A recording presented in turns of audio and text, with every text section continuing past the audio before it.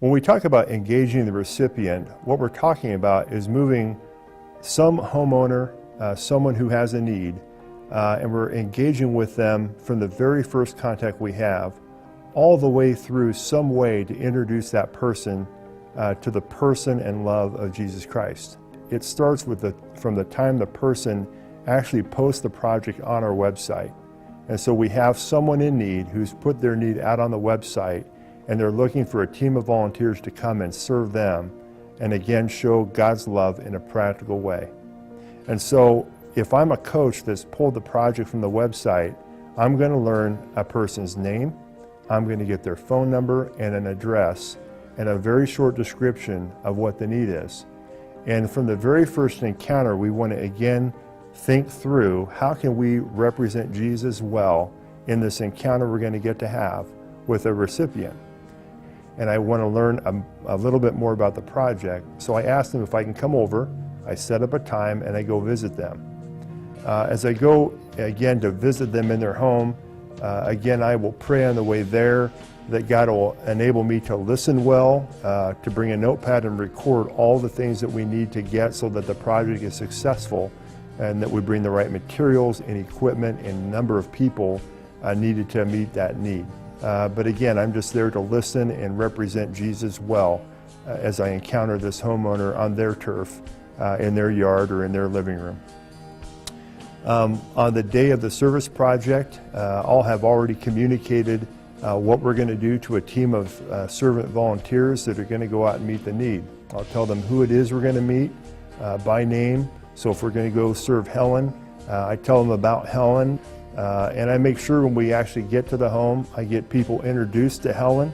We'll have Helen usually come to the front door, and I'll introduce everybody by name who's there to serve that day, and make sure we're all clear on what we're going to accomplish. It's usually a very good time. People are usually surprised that there are people who are willing to come and give away their time and their tools and work on a project together, and just think it's a great organization that we're able to do this with. So again, I'm having encounters. Now I've had 3 encounters with the homeowner recipient, and again, just trying to do our best to represent Jesus well and all that. When at the end of every project, I'm interested in really 2 things. Number 1, I'll always ask the recipient if there's anything that we can pray for on their front porch, in their living room, either for them personally or things about their family or their house. And typically people will share several things with me, and we'll all grab a hand and we'll pray for the homeowner recipient, and just to bring God's kingdom to that place, that we can all listen and do a good job serving and so forth. And then we'll wrap up the prayer and we'll move on. The second thing I'm hoping to happen in that encounter is I want to see if there's anything else we can do on another visit.